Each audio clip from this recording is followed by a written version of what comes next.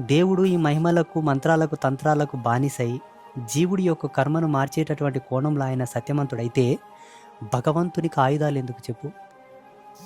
దేవుళ్ళు ఎందుకు యుద్ధాలు చేసిరు? అమ్మవారు మహిషాసురునితో ఎందుకు కొట్లాడింది చెప్పు? ఈయన వరాహ అవతారం ఎత్తి హిరణ్యాక్షుని ఎందుకు చంపాలి? నృసింహ అవతారం ఎత్తి హిరణ్యకశ్యపుని ఎందుకు చంపాలి చెప్పు? ఆయన మహిమలు ఉన్నాడు, ఇట్లా అంటే అయిపోతుందిగా. ఆయన తలుచుకుంటే ఇలా గుణగణాలు మారవలేడా?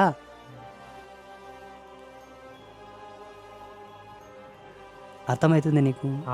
నిమ్మకాయలతో నువ్వు ఈ ప్రపంచం బాగుపడేటట్లుంటే, మంత్రాలకు తంత్రాలకి ఈ జగతి బాగుపడేటట్లుంటే ఈ ప్రపంచం ఇట్లా ఉండేది కాదు. మొత్తం సందుల గల్లీలా స్పిరిచువల్ యూనివర్సిటీలు ఉంటుండే, మెడికల్ యూనివర్సిటీలు రాకుండే.